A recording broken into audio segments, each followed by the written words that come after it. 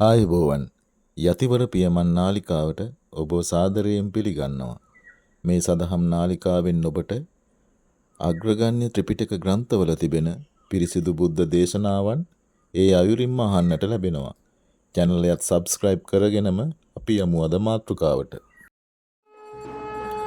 නමෝ බුද්ධාය නමෝ බුද්ධාය නමෝ බුද්ධාය. තුන් ලෝකාග්‍රෝ ශාන්තිනායක අමාමෑණී ලෞතර බුදුරජාණන් වහන්සේට මාගේ নমස්කාරය වේවා. සබ්බදානං ධම්මදානං ජිනාතේ. අද මම කියවන්නේ අරහම් බුදු ගුණයේම අවසාන පරිච්ඡේදයයි. අරහං යන වචනේ නොයෙකුත් තේරුම්. භාෂාවක වචන වලින් ඇතම් වචනයකට ඇත්තේ එක තේරුමකි. ඇතම් වචනයකට තේරුම් දෙක තුන හතර පහ ඇත්තේය. ඇතම් වචනයකට බොහෝ තේරුම් ඇත්තේය. අරහං යන වචනය බොහෝ තේරුම් ඇති වචනයකි. මෙතකින් විස්තර කරන ලද්දේ අරහං වචනයෙහි දක්ෂිනාව පිළිගැනීම සුදුසුය යන තේරුමය. බුද්ධ ගුණයන් අතුරෙන් දක්ෂිනාව පිළිගැනීමට සුදුසු බව වූ ගුණය ලෝකයාට ඉතා ප්‍රයෝජනවත් ගුණය වේ. ඒ නිසා දක්ෂිනාව පිළිගැනීමට සුදුසුය යන මේ තේරුම අරහං යන වචනේ ප්‍රධාන තේරුම හැටියට කිය යුතුය. අනුත්තරං ධම්මචක්කංච ආනාචක්කංච පවත්තෙතුන් අරහති ති අරහායි විග්‍රහ කොට අනුත්තර වූ ධර්මචක්‍රය හා ආඥාචක්‍රය පැවැත්වීමට සුදුසුය යන අර්ථයෙන් තථාගතයන්න් වහන්සේ අරහං නම් වෙතයි ආචාර්යවරයෝ පවසති. මේ ක්‍රමය විසුද්ධි මාර්ගාදීෙහි දක්වා නැත. එසේ අර්ථය ගන්නා කල්හි තථාගතයන්න් වහන්සේ කෙරෙහි ඇති අනුත්තර ධර්මචක්‍රය හා ආඥාචක්‍රය පැවැත්විය හැකි ශක්තියද අරහං ගුණය වේ. ධර්මචක්‍රය ප්‍රතිවේද ධර්මචක්‍රය දේශනා ධර්මචක්‍රයයි ධර්මචක්‍ර දෙකකි. අතීත ලෝකෙහි සතුරන් අසනු පිණිස පාවිච්චි කරන චක්‍රායුධ නම් ආයුධ විශේෂයක් තිබින. එය කැරකෙන කල්හි හසුවුවන් කැපී යන රෝදයකි.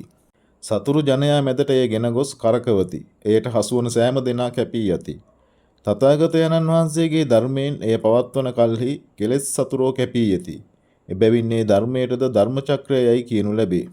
තථාගතයන්න් වහන්සේ බෝධි පර්යංකයෙහි වැඩහිඳ ලෝකෝත්තර මාර්ග ඥානෙහි මාර්ගක්ෂණයෙහි උන්වහන්සේගේ సంతානෙහි උපදවා ගන්නා ලද ඉන්ද්‍රිය බල බොද්ධංග මාර්ගාංගාදී ධර්ම සමූහයේ බලයෙන් උන්වහන්සේට සතුරු වන 1500ක් ක්ලේශයෝ චක්‍රායුධයෙන් මෙන් කැපී ගියහ. කෙලෙසුන් නැසීමට තථාගතයන්න් වහන්සේට උපකාර වූ ඒ ධර්ම සමූහයේ ප්‍රතිවේද ධර්මචක්‍ර නම් වේ. තථාගතයන්න් වහන්සේ බෝධි මූලයේදී ප්‍රතිවේද ධර්මචක්‍රය පවත්වා සව් කෙලෙසුන් නසා ලෞතුරා බුදු බවට පැමිණ වදාළසේක. සර්වඥයන් වහන්සේ විසින් කරන ධර්මදේශනයේ අසන්නා වූ මනුෂ්‍ය දේව බ්‍රහ්මයන්ගේ సంతානවල පවත්නා වූ රාගාදී ක්ලේශ ධර්මයෝ ඒ ධර්මයේ බලයෙන් කැපී යති, දුරු වෙති. එබැවින් මේ ධර්මයේද සතුරන් කපන චක්‍රායුධයක් වැනිය. එබැවින් ඒට දේශනා චක්‍රයයි කියනු ලැබේ. තථාගතයන්න් වහන්සේ විසින් පළමු වරට බරණැස ඉසිපතනයේදී දේශනා ධර්මචක්‍රය පවත්වන ලද්දේය. ඒ 85 වග මහණුන් ඇතුළු බොහෝ දේව බ්‍රහ්මයන් තුල පැවති කෙලෙස් සතුරෝ එහි යානුභාවයෙන් දුරු වූහ. දේශනා ඥානයේටමද ධර්මචක්‍රයයි කියනු ලැබේ. සත්වයන්ට ඒ ධර්මදේශනය කිරීම දම්සක් පැවැත්වීම නම් වේ. ඊතා තියුණු වූද වේගවත් වූද නුවණ ඇත්තා වූ සර්වඥයන් වහන්සේට කිසි තැනක පැකිලීමක් ඇන හිටීමක් නැතිව අහසින් පොළවට ගලා වැටෙන ගඟක් වේ නම් එහි ජල වේගයෙන් නිතා වේගයෙන් ඒ ධර්මයේ දේශනය කළ හැකිය. අසන්නවුන්ගේ සිත්වලට කාවැදෙන පරිදි සිත්වල පිහිටන පරිදි දේශනය කළ හැකිය. අසන්නවුන්ට අවබෝධ වන පරිදි දේශනය කළ හැකිය. සියක් යොදුනකින් ඔබ සිට අසන්නකට වුවද ළඟ සිට අසන්නකටසේ ඇසෙන පරිදි ධර්මයේ දේශනා කළ හැකිය. සතර දිගම සිට අසන්නවුන්ට නොවෙනස්ව ඇසෙන පරිදි ධර්මයේ දේශනා කළ හැකිය. ලෝකෙහි යම්කිසි ශ්‍රමණයෙකුට බ්‍රාහ්මණයෙකුට හෝ දෙවියෙකුට බ්‍රහ්මයෙකුට හෝ එසේ දම්සක් පැවැත්වීමක් නොකළ හැකිය. තථාගතයන්න් වහන්සේම දම්සක් පැවැත්වීමට සුදුසු වූසේක. අරහං යන පදයෙන් ඒ සුදුසු බව කියවේ. ඒ සුදුසු බවද තථාගතයන්න් වහන්සේගේ අරහං ගුණයය. ඒතම් භගවතෝ බාරාණසියං ඉසිපතනේ මිගදායේ අනුත්තරං ධම්මචක්කම් පවත්තිතං අප්පටිවත්තියං සමනේනවා බ්‍රාහ්මනේනවා දේවේනවා මාරේනවා බ්‍රහ්මුණාවා කෙනේචිවා ලෝකස්මින් සංයුක්ත නිකායේ ධම්මචක්ක සූත්ත. යනුවෙන් තථාගතයන් වහන්සේගේ ධර්මචක්‍රයේ අනුත්තරභාවය දක්වා තිබේ. යම්කිසි ශාස්ත්‍රූවරයෙකු විසින් ප්‍රකාශිත ධර්මය එසේ නොවිය හැකිය කියා අනෙකෙකු විසින් කරුණු සහිතව ප්‍රතික්ෂේප කළ හැකි නම් අවලංගු කළ හැකි නම් මේ ධර්මයේ යහපත් නොවේ.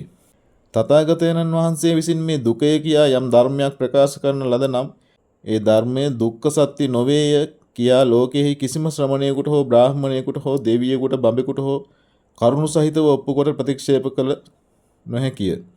තථාගතයන් වහන්සේ විසින් ප්‍රකාශිත දුක්ඛ සත්‍ය නියම දුක්ඛ සත්‍ය නොවේයයි නියම දුක්ඛ සත්‍ය මේයයි අනික් දුක්ඛ සත්‍යයක්ද නොදැක්විය හැකිය. තථාගතයන් වහන්සේ විසින් වදාළ සමුදය නිරෝධ මාර්ග සත්‍යයන්ද කරුණු සහිතව කිසිවෙකුට ප්‍රතික්ෂේප නොකළ හැකිය. ඒවා වෙනුවට අන් සත්‍යයන් නොදැක්විය හැකිය. තථාගතයන් වහන්සේ විසින් වදාළ කුසලාදී ධර්මයන්ද කිසිවෙකු විසින් අවලංගු නොකළ හැකිය. ඒවා වෙනුවට අන්‍ය ධර්මයන්ද නොදැක්විය හැකිය. ලෝකෙහි කිසිම සමතෙකුට තථාගතයන් වහන්සේගේ ධර්මචක්‍රය අනිත් අතර පෙරළිය හැකි නොවන බැවින් එය අනුත්තර ධර්මචක්‍රය වේ. අනුත්තර යන්නේ තේරුම සියල්ලටම උතුම්ය යනුයි. තථාගතයන් වහන්සේ විසින් පවත්වන අනුත්තර ධර්මචක්‍රයෙහි මහානුභාවයක්ද ඇත්තේය. තථාගතයන් වහන්සේගේ ධර්මයේ කන වැටීමෙන් අඟුලිමාලාදී මහා ප්‍රචණ්ඩයෝ සෞම්‍යෝ වෙති. අහක දමන දේකුදු දීමර නොකැමැති මහා මසුරෝ ත්‍යාගවත් වූ වෙති. පාරධාරිකයෝ සජ්ජනයෝ වෙති. මුෂාවාදීහු සත්‍යවාදීහු වෙති. සුරාසොණ්ඩයෝ සූදුකාරයෝ සජ්ජනයෝ වෙති. අලසයෝ වීරයත්වෝ වෙති. පංචකාම නැමැති මඩෙහි එරී සිටියෝ එයින් ගොඩ වෙති. ගිහියෝ පැවිදි වෙති. නොරහත් වූ රහත් වෙති. රෝගී වූ නිරෝගී වෙති. මැරෙන්නට ඉන්නෝ දිවි ලබති. අපායට යන්නට සිටින්නෝ සුගතියට යති. අපමණ සත්‍යෝ ජාති ජරා ව්‍යාධි මරණාදී දුක් වලින් මිදී නිවන් සුව ලබති. මේ ධර්මචක්‍රයේ ආනුභාවය. පුණ්‍යානුභාවයෙන් චක්‍රරත්නය පහළ වූ රජුට චක්‍රවර්ති රජයයි කියනු ලැබේ. ඔහුට කිසිවෙකුගෙන් බාධාවක් නැතිව මුළු පොළොවේහිම චක්‍රරත්නයේ බලයෙන් ගමන් කළ හැකිය. ප්‍රදේශ රජහු එතුමා ගෞරවයෙන් පිළිගෙන එතුමාට අනුකූල වෙති. තථාගතයන් වහන්සේද කිසිවෙකුගෙන් බාධාවක් නැතිව ලෝකෙහි අනුත්තර ධර්මචක්‍රය පවත්වති. එබැවින් උන්වහන්සේ ධර්මචක්‍රවර්ති රාජෝ වෙති. තමන් වහන්සේගේ රාජභාවය උන්වහන්සේ විසින්ම සේල බ්‍රාහ්මණයා හට මෙසේ වදාරා ඇත්තේය. රාජා හමස්මි සේල ධම්ම රාජා අනුත්තරෝ ධම්මේන චක්කම් වත්තේමි ලෝකේ අප්පටිවත්තියං. මජ්ක්‍ධිම නිකාය සේල සූත්ත. සේලය මම රජ වෙමි. අනුත්තර වූ ධර්ම රාජ වෙමි. කිසිවකු විසින් ආපසු නොපෙරළිය හැක්කා වූ ධර්මචක්‍රය මම දැහැමින් ලෝකෙහි පවත්වමි යනු එහි තේරුමය. තථාගතයන් වහන්සේගේ ආඥා චක්‍රයට සමාන ආඥා චක්‍රයක් ලෝකත්‍රයෙහි යන් කිසිවකුට නැත්තේය. ආඥා බලය ඇති රාජාදීන්ගේ අනසක පවතින්නේ සුළු පෙදෙසක පමණකි. චක්‍රවර්ති රජුගේ ආඥා චක්‍රය වද පවතින්නේ දීප 4හි පමණකි. භාග්‍යවතුන් වහන්සේගේ ආඥා චක්‍රය කෝටි ලක්ෂයක් සක්වලට පවත්නේය. එබඳු විශාල ආඥා චක්‍රයක් දෙවියෙකුටද නැත. විසල්පුර වැසියන්ට තෙවැදෑරුම් බය දුරු කරනු පිණිස තථාගතයන්න් වහන්සේ රතන සූත්‍රයේ දේශනා කළසේක. එහි යන කෝටි ලක්ෂයක් සක්වලට අමනුෂ්‍යෝ පිළිගත්හ. එහි බලය කෝටි ලක්ෂයක් සක්වල පවතී. එසේම දජග්ග පරිත්ත, කන්ද පරිත්ත, මෝර පරිත්ත ආදී බලයේද කෝටි ලක්ෂයක් සක්වල පවතී. බුදුරජාණන්ගේ ආඥා චක්‍රයේ ඉමහත් බලයක් ඇත්තේය. අන් කිසිම බලයකින් උන්වහන්සේගේ ආඥා බලය මැඩලිය නොහැකිය. රාජාදීන්ගේ යන බොහෝ ජනයා රහසින් කඩ කරති. අසු නූවහොත් ඔවුනට එයින් වන විපාකයක් නැත. තථාගතයන් වහන්සේගේ ධර්මචක්‍රයේ රහසින් වුවද කඩ කළහොත් එහි විපාකය ලැබේ. සමහර විට උන්වහන්සේගේ ආඥාව කඩ කරන්නාහට එහි විපාකය එකෙනෙහිම ලැබේ. බුදුරදුන් හා වාදයට ගිය සච්චකගෙන් තථාගතයන් වහන්සේ ප්‍රශ්නයක් ඇසූහ. එයට පිළිතුරු දුනහොත් තමාට අවාසි වනු පෙනුනෙන් සච්චක පිළිතුරු නොදී තෘෂ්ණිම්භූත විය. තථාගතයන් වහන්සේ අසන ප්‍රශ්නයකට තුන්වන වර පිළිතුරු නොදී උන්වහන්සේගේ අන කඩ කරන්න උට වන විපාකයේ තථාගතයන් වහන්සේ මෙසේ වදාළසේක. ක්‍යාකරෝහි දානි අග්ගිවෙස්සන නදානි තේ තුන්හි භාවස්ස කාලෝ යෝ කෝචි අග්ගිවෙස්සන තථාගතේන යාච තතියං සහධම්මිකං පඤ්ඤහං පුට්ටෝන ක්‍යාකරෝති තත්තේ වස්ස සත්තදා මුද්ධා පලති කියනු අග්ගිවෙස්සන. මේ ඔබට තෘෂ්ණිම්භූත වීමට කාලය නොවේ. අග්ගිවෙස්සන යමෙක් තථාගතයන්න් වහන්සේ විසින් තුන්වර දක්වා ඇසූ කල්හිද කතා නොකර සිටීනම් එතනම ඔහුගේ හිස සත්කඩකට පුපුරන්නේ යනු එහි තේරුමය. සච්චක පිළිතුරු දී යම්තම් හිස බේරාගත්තේය. තුන්වන වර විචාල කල්හිද තෘෂ්ණිම්භූත වී නම් සච්චකට ඒ විපාකය වන්නේය. කිසිම කෙනෙකුට කිසිම බලයකින් ඒ වැළැක්විය නොහැකිය. තථාගතයන්න් වහන්සේ තමන් වහන්සේගෙන් පැවිද්ද ඉල්ලා සිටින හේතු සම්පත් ඇති පුද්ගලයන් හට තමන් වහන්සේගේ ස්වර්ණවර්ණ දක්ෂිණ ශ්‍රී හස්තයේ සිවුරු ගෙබින් පිටතටගෙන මధుර මනෝහර බ්‍රහ්මස්සරයෙන් ඒහි බික්කු චර බ්‍රහ්මචරියං සම්මා දුක්ඛස්ස අත්තකිරියායයි වදාරන්නාහ. එසේ වදාරනු සමගම ඒ බුද්ධාඥාවේ ආනුභාවයෙන් පැවිද්ද ඉල්ලූ ගිහියාගේ ගිහි වෙස අතුරුදහන් වෙයි. ඔහුට පැවිදි වෙස පහළ වෙයි. පැවිද්ද හා උපසම්පදාව පිහිටයි. ඔහු එක චීවරයක් හැඳ එක් චීවරයක් ඒකාංශ කොට පොරවා උරහිස මත තවත් චීවරයක් ඇතිව කරෙහි එල්ලුණු පාත්‍රයක් ඇතිව සියවස් පිරුණු මහතර කෙනෙකුන් මෙන් බුදුරදුන් ඉදිරියේ සිටී. මේ කොතරම් ආශ්චර්යයක්ද! එබඳු ආඥා බලයක් බුදුරදුන්ටම මිස අන් කිසිවෙකුට නැත්තේය. එසේ තථාගතයන්න් වහන්සේගේ ආඥාවෙන් පැවිද්ද හා උපසම්පදාව ලැබුවන්ගේ සංඛ්‍යාව සත්විති 300කයි විනය අටුවාවෙහි කියා තිබේ. සත්තවීස සහස්සානි තීනී යේව සතානීච ඒතේ හි සබ්බේ සංකාතා සබ්බේ තේ ඒහි බික්කුකා. විනය අටුවා 171 වෙනි පිටුව. තථාගතයන්න් වහන්සේගේ ආඥා චක්‍රයේ වඩා පෙනෙන්නේ විනය පිටකේනි. විනය පිටකේ බුදුරදුන්ගේ ආඥා දේශනාවය.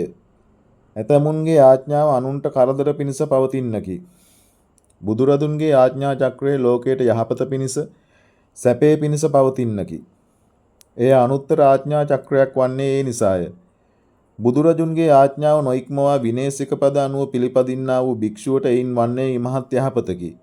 සිකපද කඩ නොකරන ශීල සම්පදාව ඇති භික්ෂුවට මාගෙන් මෙනම් වරද සිදු වී යයි පසුතැවීමක් ඇති නොවේ.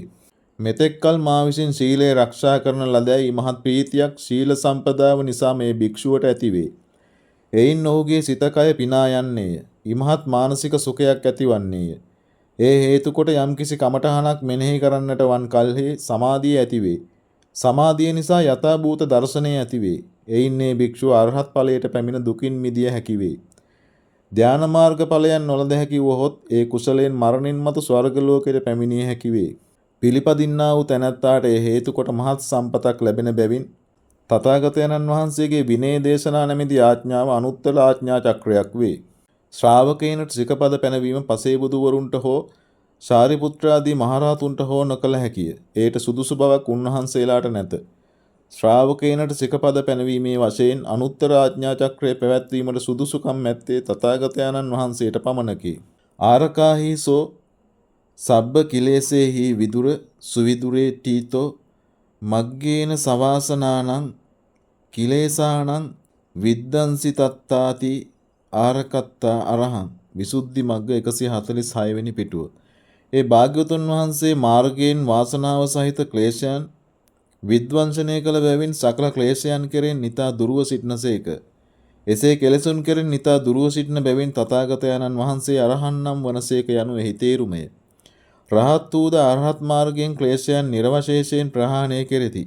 බුදු වූද රහතුන්සේම අරහත් මාර්ගයෙන් ක්ලේශයන් ඉතිරි නොකර ප්‍රහාණය කෙරෙති. එහෙත් බුදුවරුන්ගේ හා රහතුන්ගේ ක්ලේශ ප්‍රහාණයෙහි වෙනසක් තිබේ. රහත් වූ ක්ලේශ ප්‍රහාණයට මිස වාසනා ප්‍රහාණයට සමත් නොවේති. ක්ලේශ ප්‍රහාණයෙන් පසු රහතුන්ට වාසනාව ඉතිරිව පවතී. සාමාන්‍ය ජනයා අතර වාසනා යන වචනේ විවහාර කරන්නේ පිනට හෝ වාග්යයට. පින් නැත්තහුට වාසනාවන්තයයි කියති. වාසනා යන වචනෙන් මෙහි අදහස් කරන අර්ථය අනිකකි. රාතු වූ කලයකින් ඒවා ඉවත් කොට සෝදා ගන්නා ලද කල්හි එහි රා මදකුදු නැතද රා ගඳෙහි ඉතිරිව පවතී. එමෙන්ම අරහත් මාර්ගයෙන් සකල ක්ලේශයන් දුරු කළ රහතුන්ගේ సంతානවල නොරහත් කාලයේ ඉරියව් පැවැත් වූ ආකාරයන්, ක්‍රියා කළ ආකාරයන්, කතා කළ ආකාරයන්, ඉරියව් පැවැත්වීමට, ක්‍රියා කිරීමට, කතා කිරීමට හේතු වන ක්ලේශයන්ටම අයත් එක්තරා ශක්තියක් ඉතිරි වේ. එහි වාසනාවය කියනුවේ ඒ ශක්ති විශේෂයටය. ඒ ශක්ති ඉතිරි වී ඇති බැවින් සමහර විට රහතන් වහන්සේ මද වූද රාගයක් නැතිව සරාගීන් රාගයෙන් බලන්නාක් මෙන් බලති. කතා කරන්නාක් මෙන් කතා කරති. මද වූද ද්වේෂයක් නැතිව කෝප වූ වන්සේ ක්‍රියා කරති. කතා කරති. මද වූද මානයක් නැතිව මානීන්සේ ඉරියව් පවත්වති. කතා කරති. ඒ නිසා සමහර විට සෙස්සෝ රහතුන්ටද කලකිරෙති. පිළින්ද වච්ච තෙරුන් වහන්සේ රහතුන්ගෙන් කෙනෙකි. උන්වහන්සේ මානයක් නැතිවම කෝපයක් නැතිවම මෙහෙවර වසලි, ඵල වසලි යනාදීන් නොසරුප් ලෙස ගිහියන්ටත් පැවිද්දන්ටත් කතා කරති. එක් දවසක් භික්ෂුව වූ පිළින්ද වච්ච තෙරුන් වහන්සේගේ මේ නොසරුප් කතාව ගැන ශාස්ත්‍රූන් වහන්සේට සැලකලහ. තථාගතයන්න් වහන්සේ එසේ කතා කරන බව සැබෑදැයි පිළින්ද වච්ච තෙරණුවන්ගෙන් අසා සැබෑවයයි සැලකල කල්හි අතීතයේ බලා වදාරණසේක් අතීතයෙහි පිළිවෙලින් ಜಾති 500ක් බ්‍රාහ්මණ කුලයෙහි ඉපද එසේ කතා කරන්නට පුරුදු වී ඇති බව දැක භික්ෂූන් නමතා මහණෙනි ශීනාශ්‍රවයන්ගේ අනුන්ට රිදවන පරුෂ වචන කියන ස්වභාවයක් නැත.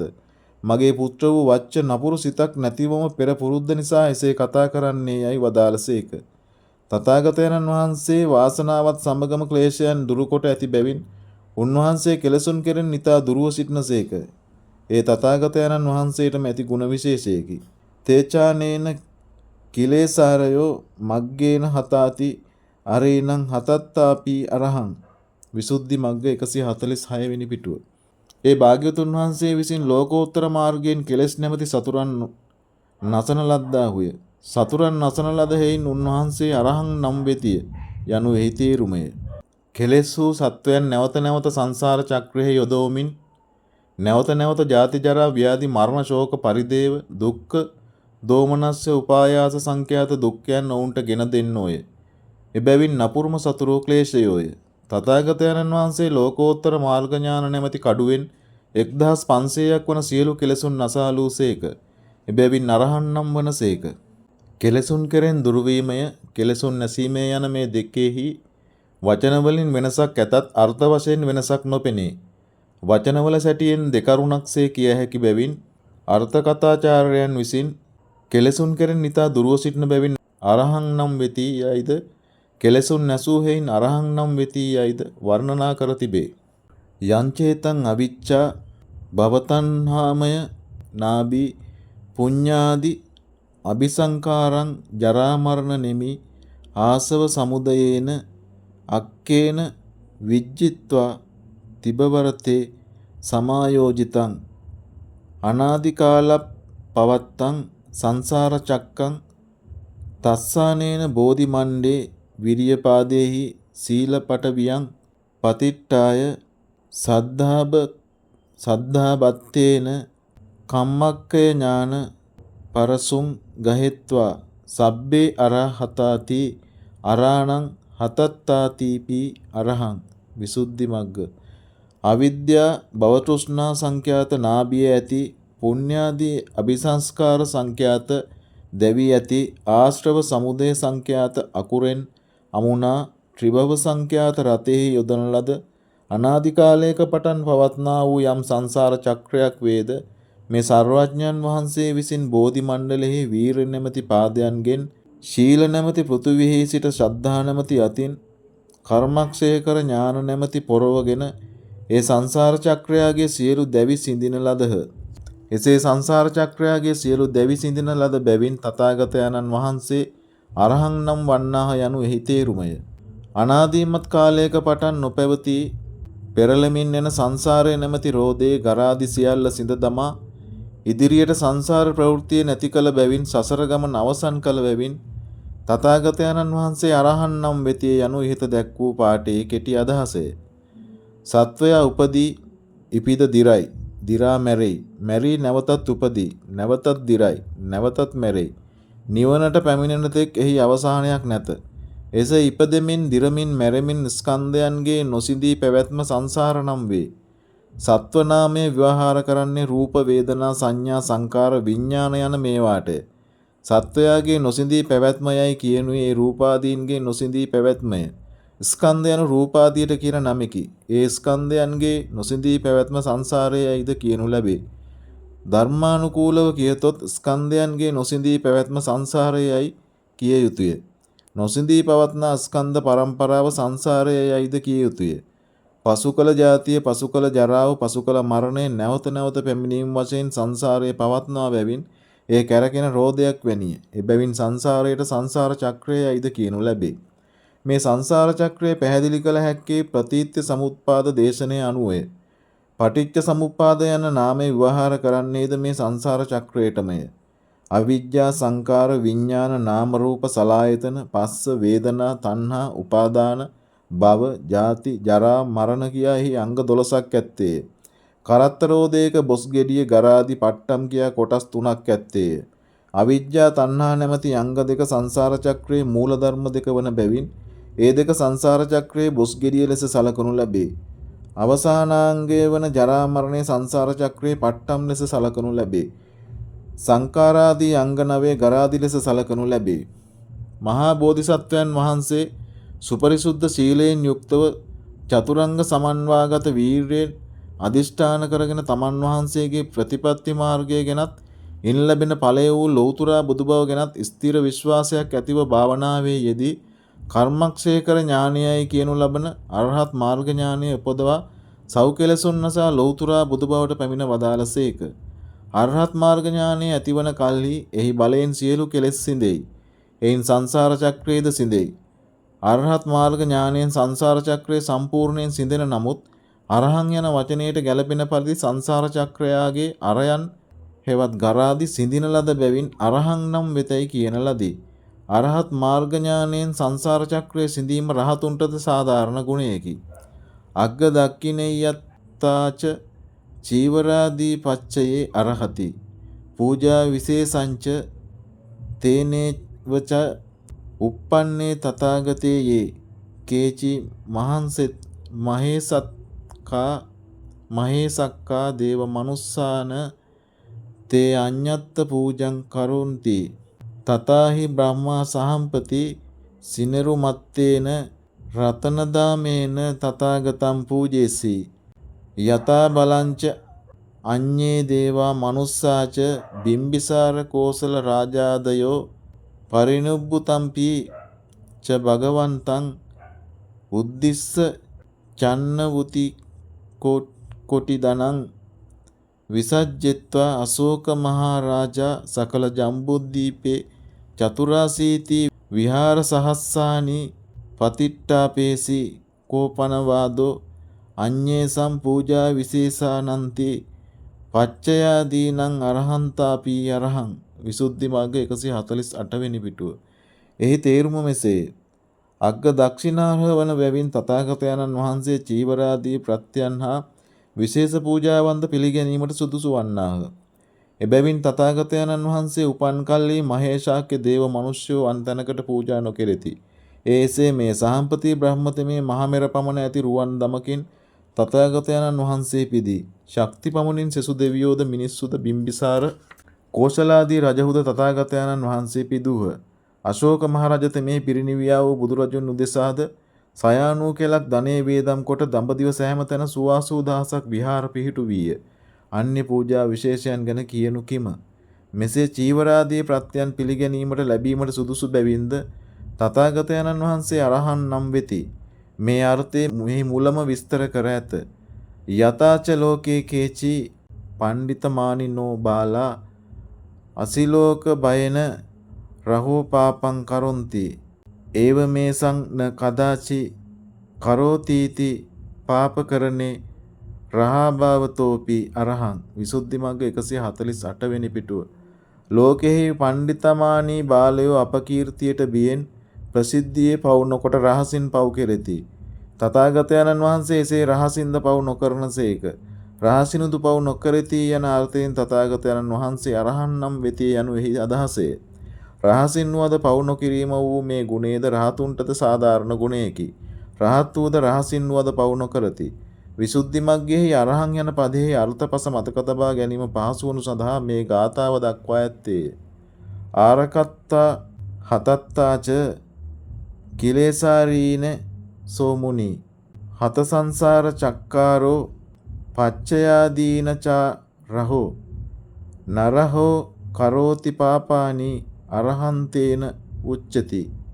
තේරුම ඒ භාග්‍යතුන් වහන්සේ කෙලෙසුන් කෙරෙන් දුරු වූ හේයින් ද කෙලෙස් සතුරන් නැසූ හේයින්ද සංසාර චක්‍රයාගේ ගරාදි සිඳ දැමූ හේයින්ද චීවරාදී ප්‍රත්‍යයන් පිළිගැනීමට සුදුසු හේයින්ද රහසින් වූ පව් නොකරන හේයින්ද අරහං යයි කියනු ලැබෙත්. විසුද්ධි මාර්ග ටීකාවෙහි තවත් ආකාර 6කින් අරහං යන වචනයේ අර්ථ දක්වා තිබේ. ඒ තථාගතයන්න් වහන්සේගේ ශ්‍රී සද්ධර්මයේ ශ්‍රවණය කළ පින්වත් ඔබ සමගේ සිතේ භාග්‍යවතුන් වහන්සේ කෙරෙහි ශ්‍රද්ධාව වර්ධනය වේවා. ධර්ම ගෞරවය ඇති වේවා. පවට බිය ඇති වී අප්‍රමාදීව කුසල් සම්පාදනයට සිත නැඹුරු වේවා. මෙය තව කෙනෙකුට දකින්න ශයා කර ධර්ම දානමය කුසලය ඔබත් රැස් කරගන්න. ඔබ සැමට තෙරුවන් සරණයි.